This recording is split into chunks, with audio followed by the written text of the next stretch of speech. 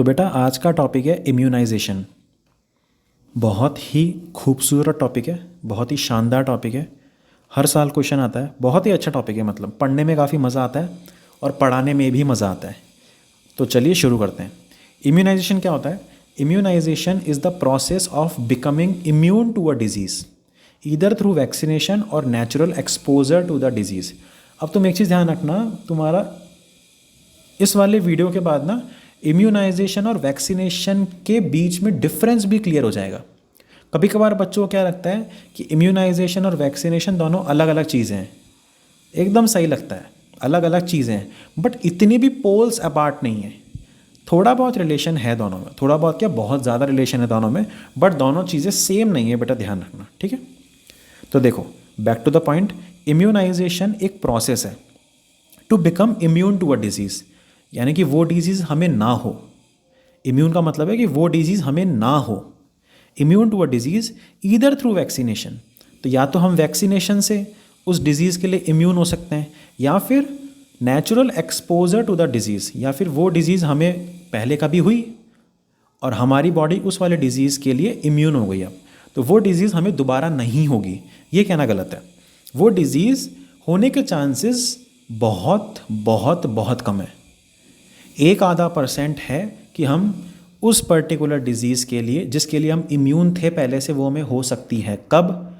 जब हमारा immune system बहुत वीक हो, हमारी हेल्थ बहुत ज़्यादा वीक हो, वीक कंडीशन में हो हम। जैसे फॉर एग्ज़ाम्पल एड्स जब किसी को होता है, एड्स तुमने सुना होगा, तो उसका जो इम्यून सिस्टम है वो बहुत वीक हो जाता है। तो होता क्या है, वो जो पर्टिकुलर पर्सन है वो प्रॉन टू इन्फेक्शंस, डिजीज़ हो जाता है। तो उसको डिजीज़ इन्फेक्शन बहुत ही ईजीली हो जाते हैं, ठीक है। तो खैर वो केस तो अलग है, but just for the information, ठीक है। तो immunisation is the process of becoming immune to a disease either through vaccination और natural exposure to the disease, यानी कि इम्यूनाइजेशन एक प्रोसेस है जिसके थ्रू हम डिजीज़ के लिए इम्यून हो सकते हैं, ताकि डिजीज़ हमें ना हो। ईदर थ्रू वैक्सीनेशन और नेचुरल एक्सपोजर टू डिजीज़, यानी कि या तो हमें वैक्सीन लगवानी चाहिए उस डिज़ीज़ के लिए ताकि वो डिज़ीज़ ना हो, या फिर वो डिज़ीज़ अगर हमें हो गई तो वो दोबारा नहीं होगी। तो वो होता है natural exposure to the disease, ठीक है। यानी यहाँ से एक चीज़ क्लियर हो गई कि वैक्सीनेशन एक तरीका है इम्यूनाइजेशन अचीव करने का, ठीक है। और इम्यूनाइजेशन क्या है? खुद की बॉडी को पर्टिकुलर डिजीज़ के लिए इम्यून करना। और इसके दो तरीके हैं, वैक्सीनेशन और नेचुरल एक्सपोजर, ठीक है। It involves the bodies immune system recognising and fighting the disease causing agents like virus और बैक्टीरिया। इसका मतलब क्या है? देखो, इम्यूनाइजेशन में क्या होता है ना, हमारा जो इम्यून सिस्टम है वो याद कर लेता है। क्या याद कर लेता है? कि इस वाली डिज़ीज़ का वायरस ये है, उसका एंटीजन ये है। तो अगली बार जब वो वायरस या बैक्टीरिया या पैथोजन एंटर करता है बॉडी के अंदर, तो हमारा इम्यून सिस्टम उसके एंटीजन को आइडेंटिफाई करके उसे पहले ही किल कर देता है। वो जब अपनी डिजीज़ कॉज करने लगता है ना, उससे पहले ही हमारा इम्यून सिस्टम उसे किल कर देता है। क्यों? क्योंकि इम्यून सिस्टम को पता है कि इस वाले पर्टिकुलर पैथोजन को कैसे किल करना है, बेस्ड ऑन द एंटीजन। समझ में आ रही तुम्हारे बात? और एंटीजन कैसे पता पड़ा हमारे इम्यून सिस्टम को? क्योंकि वैक्सीनेशन हो रखा है। तो वैक्सीनेशन के अंदर हमने पहले से ही वो एंटीजन बॉडी के अंदर डाल रखा है, और हमारे इम्यून सिस्टम को बता रखा है कि अगर इस वाले एंटीजन का कोई भी पैथोजन आए तो उसे किल कर देना। नहीं तो नेचुरल एक्सपोजर है। जैसे किसी को चिकन पॉक्स होता है, तो चिकन पॉक्स का जो पैथोजन है उसका पर्टिकुलर एंटीजन है। अब उस बच्चे को हो गया या किसी ह्यूमन को हो गया चिकन पॉक्स, तो हमारा जो इम्यून सिस्टम है वो उस वाले चिकन पॉक्स के पैथोजन से लड़ेगा और उसे किल कर देगा। लेकिन इस दौरान क्या करेगा, हमारा जो इम्यून सिस्टम है वो उसके एंटीजन का स्ट्रक्चर याद कर लेगा। याद कर लिया। अब जब चिकन पॉक्स का पैथोजन दोबारा से आएगा बॉडी के अंदर, तो चिकन पॉक्स नहीं होगा, क्योंकि हमारा इम्यून सिस्टम पहले से ही एंटीबॉडीज़ बनाना स्टार्ट कर देगा बहुत ही हैवी अमाउंट में, और चिकन पॉक्स के पैथोजन को किल कर देगा। तो इसीलिए चिकन पॉक्स नहीं होता। एक सुना होगा तुमने कि एक बार चिकन पॉक्स हो गया दोबारा नहीं होगा। वो इसीलिए नहीं होगा क्योंकि बॉडी को पहले ही पता है, इम्यून सिस्टम को पहले ही पता है कि चिकन पॉक्स का एंटीजन क्या है। जैसे ही चिकन पॉक्स का एंटीजन डिटेक्ट हुआ बॉडी के अंदर, वैसे ही इम्यून सिस्टम ने उसे किल कर दिया और चिकन पॉक्स होने से हमको बचा लिया। अब इम्यूनाइजेशन आपके दो तरह से होता है, थ्रू वैक्सीनेशन और थ्रू नेचुरल एक्सपोजर। वैक्सीनेशन से कैसे होता है? देखो, immunity gained by receiving a vaccine, vaccination में क्या होता है, एक छोटा सा वैक्सीन दिया जाता है।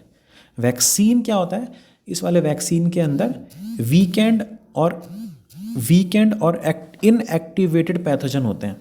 ये जो वैक्सीन है, इस वाले वैक्सीन के अंदर वीकेंड और इनएक्टिवेटेड पैथोजन होते हैं, यानी इनएक्टिवेट कर रखा है पैथोजनों को या फिर वीक कर रखा है, तो वो बॉडी के अंदर एंटर करता है।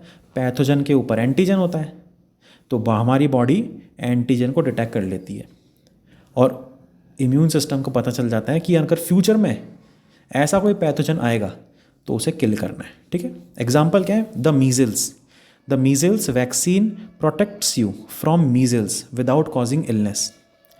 जो मीजल्स का जो वैक्सीन है वो हमें प्रोटेक्ट करता है from measles without causing illness. एक MMR नाम का वैक्सीन लगता है, याद हो तो तुम्हें, MMR नाम का वैक्सीन लगता है, मीजल मम्स रूबेला, इसकी फुल फॉर्म होती है MMR वैक्सीन की। तो ये हमें 3 डिजीज से बचाता है, measles, mumps and rubella.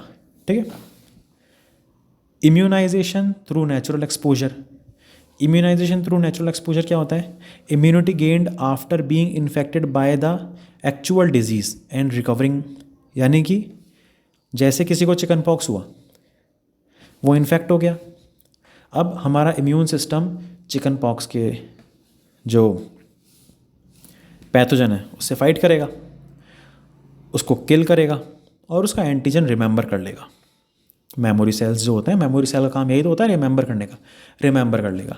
In case अगर फ्यूचर में दोबारा से चिकन पॉक्स का पैथोजन आता है तो इस बार बॉडी पहले से तैयार है, उसे बस वेट है चिकन पॉक्स के पैथोजन के आने का। पैथोजन के ऊपर एंटीजन है, एंटीजन जैसे ही एंटर करेगा बॉडी के अंदर, हमारा इम्यून सिस्टम तुरंत उस एंटीजन को डिटेक्ट करके तुरंत वहीं के वहीं किल कर देगा और इस तरह से दोबारा चिकन पॉक्स नहीं होता और हमें उसके अगेंस्ट में इम्यूनिटी मिल जाती है। जैसे एग्जाम्पल में लिखा भी है, recovering from chicken pox gives you natural immunity against it. ठीक है, की डिफरेंस क्या है दोनों के अंदर, vaccination stimulates memory cell production without causing illness. देखो वैक्सीनेशन में क्या होता है, हम बीमार नहीं पड़ते, बीमारी से पहले ही हमें वैक्सीन लगा दिया जाता है, हमें वैक्सीन दे दिया जाता है और इससे मेमोरी सेल एक्टिवेट हो जाते हैं कि मेमोरी सेल याद रख लेते हैं कि अगर फ्यूचर में ऐसा कुछ आया, एंटीजन पैथोजन आया, उसके ऊपर एक पर्टिकुलर एंटीजन है तो उसे किल कर दो। नेचुरल इन्फेक्शन में क्या होता है बेटा, natural infection stimulates memory cell after the body fights off the illness. यानी कि नेचुरल इन्फेक्शन के अंदर पहले इंसान बीमार पड़ता है, उसके बाद मेमोरी सेल एक्टिवेट होते हैं। थोड़ा सा यहाँ पे लॉस है बट स्टिल नेचुरल इन्फेक्शन भी होने ज़रूरी हैं। देखो ये लाइन बहुत ही डिस्प्यूटेड लाइन है, इस लाइन पे लड़ाई हो सकती है कि नेचुरल इन्फेक्शन होने ज़रूरी हैं। इसका मतलब ये नहीं कि हम आए दिन बीमार पड़ते रहे, नहीं। एक इंसान हेल्दी लाइफस्टाइल मेंटेन करके चल रहा है, सपोज करो, ठीक है, सब कुछ हेल्दी चल रहा है, वो कहीं बीमार नहीं पड़ा, इट्स ओके। बट अगर कभी by chance, by luck, by chance अगर बीमार पड़ता है तो वो चीज़ सही है, क्या होगा ना, उससे इम्यूनिटी को ही इफ़ेक्ट पड़ता है। हाँ, कुछ दिन के लिए बॉडी का जो इनर फंक्शनिंग है, मैकेनिज़्म है, वो कुछ दिन के लिए हिल जाता है। बट इससे क्या होता है, इससे हमें पता चलता है कि हम कहाँ मिस्टेक कर रहे हैं, हम हमारी हेल्थ को लेके कहाँ मिस्टेक कर रहे हैं, हमें कौन से लाइफस्टाइल को फॉलो करना चाहिए, हमें हेल्दी लाइफस्टाइल को मेंटेन करके रखना चाहिए। वो होता है ना, अगर हमेशा ही अच्छा होता रहेगा तो हमें ये पता नहीं चल पाएगा कि हमारी मिस्टेक्स कहाँ पे हो रही हैं। तो कुछ एक आध बार फेलियर्स भी फेस करने पड़ते हैं लाइफ में, and they are part of life. So इसी तरह से natural infection is also part of immunity. ठीक है, अब देखो there are 2 main types of immunisation. Immunisation के पहले अपन ने पढ़े वेज कि 2 तरह से इम्यूनाइजेशन होता है, अब टाइप्स पढ़ रहे हैं। पहला है एक्टिव इम्यूनाइजेशन। एक्टिव में क्या होता है, the body produce its own antibodies after being expose to a pathogen either through a vaccine और नेचुरल इन्फेक्शन, जो हमने पहले पढ़ी लिया है कि एक्टिव इम्यूनाइजेशन में क्या होता है, जो इम्यून सिस्टम है ना वो एक्टिवली पार्टिसिपेट करता है। ये हल्का सा स्लो है। एक्टिव इम्यूनिटी में तुमने पढ़ा होगा, है ना, active immunity, immune system actively participate करता है, एंटीबॉडीज़ और मेमोरी सेल बनाता है, तो ये वही वाली चीज़ है। अभी हम ऊपर पढ़ के आए हैं। एग्जाम्पल क्या है इसका, रिसीविंग द फ्लू वैक्सीन और recovering from chicken pox. Receiving the flu vaccine और रिकवरिंग फ्रॉम चिकन पॉक्स, जैसे फ्लू वैक्सीन, इसका सबसे अच्छा एग्जाम्पल बताऊँ तुम्हें तो कोवैक्सीन। तो कोवैक्सीन हमारा वैक्सीनेशन में आ गया, और चिकन पॉक्स जो है वो हमारा नेचुरल इन्फेक्शन में आ गया, ठीक है। अगला है पैसिव इम्यूनाइजेशन। पैसिव इम्यूनाइजेशन में क्या होता है, हमारा जो इम्यून सिस्टम है वो एंटीबॉडीज़ बनी बनाई लेता है बाहर से। The body is given pre made antibodies from another source like another person और animal to provide immediate protection. उसमें पैसिव इम्यूनाइजेशन का मतलब क्या होता है कि हमें इमीडिएट प्रोटेक्शन चाहिए। For example, receiving antibodies from breast milk और a rabies immunoglobin injection after exposure to the virus. Breast milk याद करो, कोलेस्ट्रॉम, येलोइश जो फ्लूइड होता है मदर का, उससे हमें IgA एंटीबॉडीज़ मिलती हैं। इन्फेंट को जो मिलती है क्योंकि उसका इम्यून सिस्टम उस टाइम वीक है, वो छोटा सा बच्चा अभी अभी इस दुनिया में आया है, तो उसका इम्यून सिस्टम इतना स्ट्रॉन्ग नहीं है। तो वो एनवायरनमेंट से जब इंटरेक्ट करेगा तो धीरे धीरे उसका स्ट्रॉन्ग होगा, तो उस टाइम तक के लिए तो उसको प्रोटेक्शन चाहिए। तो वो मदर मिल्क उसको प्रोटेक्शन देता है। कोलेस्ट्रॉम जो होता है उसमें IgA होता है एंटीबॉडीज़, ठीक है। तो वो आपका पैसिव इम्यूनाइजेशन है। और एक और एग्जांपल क्या है इसका, रेबीज़। जैसे किसी डॉग ने काट लिया और उस डॉग को पहले से इंजेक्शन या वैक्सीनेशन नहीं लगे हुए, तो वो ऑब्वियसली बात है रेबीज़ कॉज करेगा। तो उसके काटने से हमें रेबीज़ होने के चांसेस रहते हैं, क्योंकि वायरस बॉडी में तो एंटर कर चुका है, तो होता है ना, अब वो अपना फुल इफ़ेक्ट दिखाए उससे पहले उस वायरस को किल कर दो। तो उसके लिए हमारे पास रेबीज़ इम्यूनोग्लोब्यूलिन इंजेक्शंस होते हैं जो कि हमें हेल्प करते हैं वायरस से डील करने में। अब देखो यहाँ पे क्या है, डॉग ने काटा तो हमने रेबीज़ का इंजेक्शन लगवा लिया, तो ये हमें इंस्टेंट चाहिए ना, ऐसा तो है नहीं कि हम वेट करें कि हाँ हमारा इम्यून सिस्टम फाइट करेगा। तो इसीलिए हमें इसके लिए तुरंत हमें एंटीबॉडीज़ चाहिए जो कि फ़ाइट ऑफ कर सके रेबीज़ से। तो उसके लिए हमें डॉक्टर के पास जाते हैं और वहाँ से हम इंजेक्शन लेते हैं जिसमें रेडीमेड एंटीबॉडीज़ होती हैं, ठीक है। तो ये हो गया आपका passive immunisation.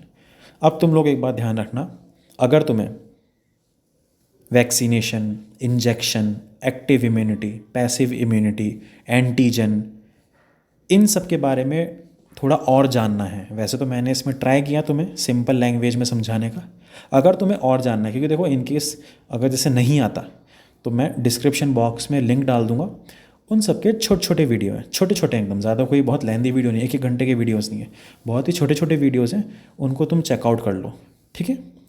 Thank you so much बेटा, do well in your studies, ठीक है। और अगर कोई टॉपिक हो then comment in the comment section, किसी भी टॉपिक में डाउट हो अगर, या फिर इस वाले टॉपिक से भी रिलेटेड डाउट हो तो comment in the comment section. आओगे तो समझ कर ही जाओगे और अपने दोस्तों को भी और दूसरों को भी समझाओगे, ठीक है। थैंक यू सो मच बेटा।